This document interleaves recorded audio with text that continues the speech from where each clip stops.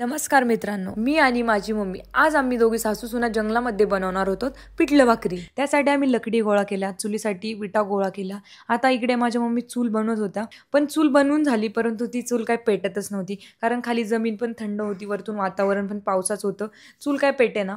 तर इकडे मी कांदा कापायला घेतला, बेसनाची तयारी करायला घेतली, कांदा कोथिंबीर लसूण वगैरे सगळं चिरून घेतलं। तर आता पुन्हा बघा चूल पुन्हा एकदा विझलेली आहे, तर मी तर कशी बशी पेटवली, त्याच्यामध्ये तेल टाकलं, बेसन फोडणीसाठी टाकणारच होती, पण चूल काय आम्हाला साथ देत नव्हती। अथक प्रयत्नानंतर फायनली चूल थोडी घेऊन पेटली। आम्ही बेसन फोडणीला टाकलं, कांदा टाकला, कोथिंबीर टाकलं, जे जे सगळं लागतं ते टाकलं। आता मी बेसन पीठ मस्त असं पाण्यामध्ये मिक्स करून त्यामध्ये टाक।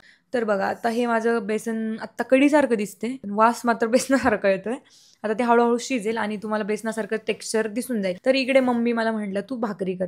आता मी तर काय भाकरी कधी जास्त बनवली नाही, पण म्हटलं चला ट्राय करूया, कारण हे मलाच करायचं होतं। तर मी छोटी भाकरीचं पीठ म्हणजे छोटी भाकरी बनेल असं पीठ मळायला घेतलं, छोटासा गोळा केला आणि भाकरी थापली। इकडे पुन्हा एकदा चूल विझलेली, आमच्या मम्मीनी पुन्हा एकदा कशी कशी पेटवली तिला। इकडे माझी भाकरी रेडी झालेली, भाकरीला पाणी लावलं मस्त।